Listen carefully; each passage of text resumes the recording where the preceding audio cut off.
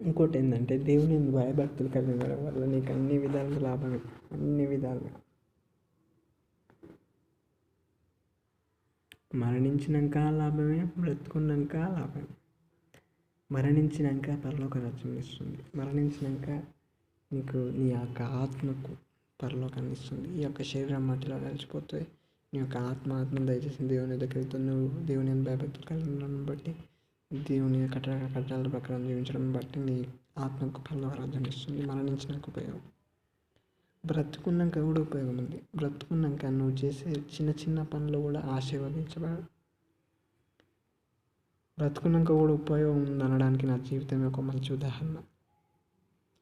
మరణించినాక పరలోక రాజ్యం ఇస్తుంది. మరణించినాక మనకు శరీరం మట్టిలో కలిసిపోతుంది. ఆత్మ దేవుని దగ్గరికి వెళ్తుంది. అంటే మనం దేవుని భయభక్తి కలిగి ఉండడం బట్టి మన యొక్క ఆత్మ పరలోక రాజ్యం వెళ్తుంది. మరణించిన తర్వాత ఉపయోగం, బ్రతుకున్నాక ఏం ఉపయోగం ఉందంటే బ్రతుకున్నాక మనం చేసే పనులు ఆశీర్వదించబడతాం.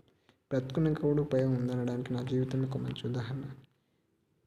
బ్రతుకున్నాక నాకు చదువుల్లో దేవుడు ఎంతో దీవించాడు, ఆశీర్వదించాడు.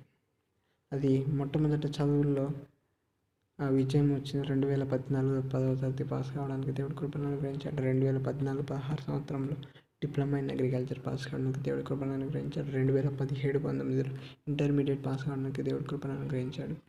కాబట్టి ఈ యొక్క విజయాలన్నీ కూడా దేవుడు అనుగ్రహించింది. ఈ విజయాలన్నిటి గురించి నేను చెప్పే ప్రాముఖ్యమైన ఈ విజయాలు ఎలా సాధ్యమైన అంటే మొట్టమొదట దేవుడి కృప వల్ల, దేవుడి దయ వల్ల మొట్టమొదట అయితే, రెండవదిగా దేవుని వాక్యమును ఇన్స్పిరేషన్గా తీసుకోవడం బట్టి, దేవుని వాక్యంలో ఉన్న పరిశుద్ధత, దేవుని వాక్యం ఎక్కువ ధ్యానించడం బట్టి, దేవుని వాక్యంలో ఉన్న